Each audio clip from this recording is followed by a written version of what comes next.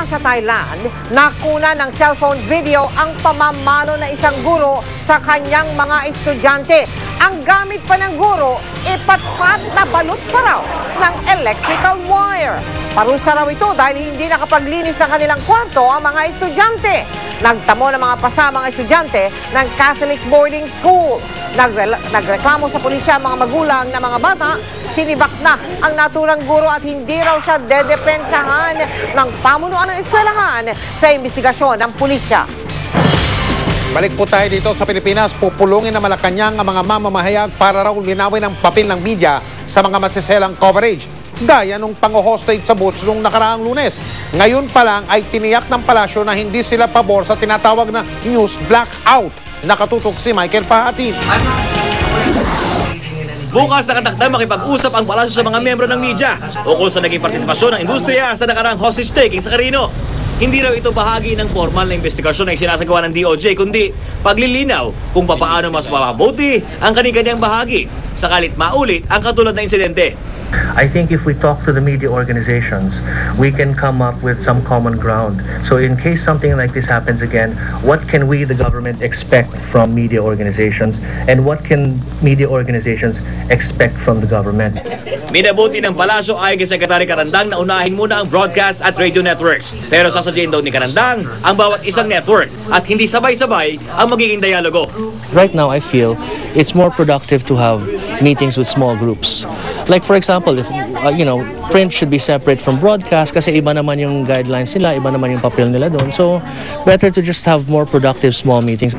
Nauna nang sinabi ng GMA Network na bukas ito sa pakikipag-ugnayan sa mga kinaukulan kaugnay sa ngalan ng pagkakabuti ng pagbibigay serbisyo sa publiko. Sa ngayon din ang karamihan sa mga individual na mamamahayag na nakapareho ng GMA News sa hakbang na ito ng palasyo. Depende naman kasi yun dun sa mga networks na din eh. Kasi nandun nga parati yung scope orientation ng mga nasa media, di ba?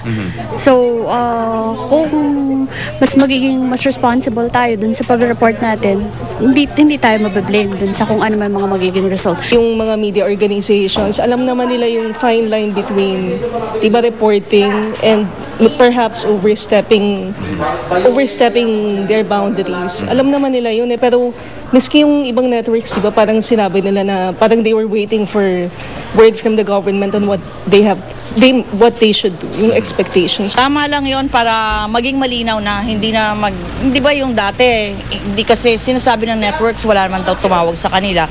So at least ngayon mabuti na yon. Para pati mahirap naman din naman ang media blackout, di ba? Pero mabuti na rin yon para maging malinaw ng lahat.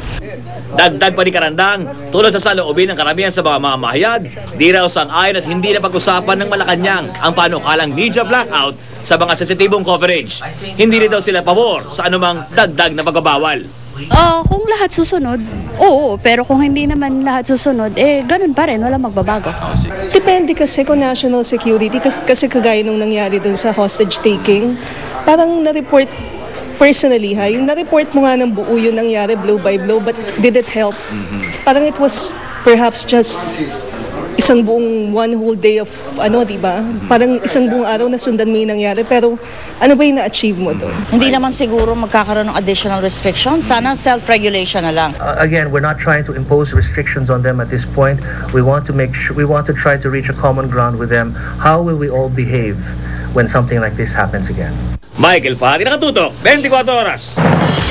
Nakakagulat ang nadiskubre ng Senate Committee on Finance. Kaugnay po ito sa mga sweldo at bonus ng ilang opisyal at kawani ng MWSS. Noong taong 2009, nakatanggap pala sila ng bonus na katumbas ng 2 taon at 1 buwang sweldo. Nakatutok si Ruth Cabal. Sa sona ng Pangulong Noynoy Aquino, bumida na ang MWSS dahil sa sobra-sobra raw na bonuses ng mga opisyal nito. Lumabas sa hearing ng Committee on Finance ngayon, bukod sa 12 buwang sweldo ng mga taga-MWSS, aabot sa katumbas na 25 buwang sweldo ang mga bonus ng mga empleyado at opisyal ng MWSS na binigay daw noong 2009. Ito kahit pa noong 2008. Base sa record mismo ng MWSS, umabot daw sa 3.5 billion pesos ang pagkalugi nila. Kasama sa mga bonus na yan ang 3 klase ng Christmas bonus, 2 klase ng performance bonus, privatization financial assistance, family week allowance, children's allowance at kahit pa gender and development bonus. Sa datos ni Committee on Finance Chair Franklin Drilon, ang tulad ni dating MWSS Chair Oscar Garcia, kumita raw noong 2009 ng 5.4 million pesos. Mahigit kalahati raw dito ang bonus. Pero giit ng mga taga-MWSS, wala silang nilabag na batas. Legal daw ang mga tinanggap nilang mga bonus. Wala ba kayong National Heroes Day bonus? It's approved by the board. Right. The board approved 25 months bonus to themselves. Don't you find this a classic case of conflict of interest? Mr. Chairman, as chairman of the board, I only act as chairman. I never even vote in the colleague. It is always a collegial decision. There's also some justification for it. So get this. Paliwanag ng MWSS, ang concessionaires naman daw na Maynilad at Manila Water ang umaako sa lugi nila. Kumikita pa rin daw ang MWSS sa concession fees at upa sa mga pasilidad nila. Paliwanag naman ng DBM, dapat nga raw 33 klase ng bonus ang gusto ng MWSS. Hindi lang nila ito inaprubahan. Underlying fact here is that the GOCC is primarily responsible for the budget that they're crafting, and our review will be based on whether they have the basis to put it in the budget or not. Maaga pa raw para masabi kung dapat kasuhan ng mga opisyal ng GOCC na siya ring nag-aaproba ng matataas na sweldo at bonus para sa sarili nila.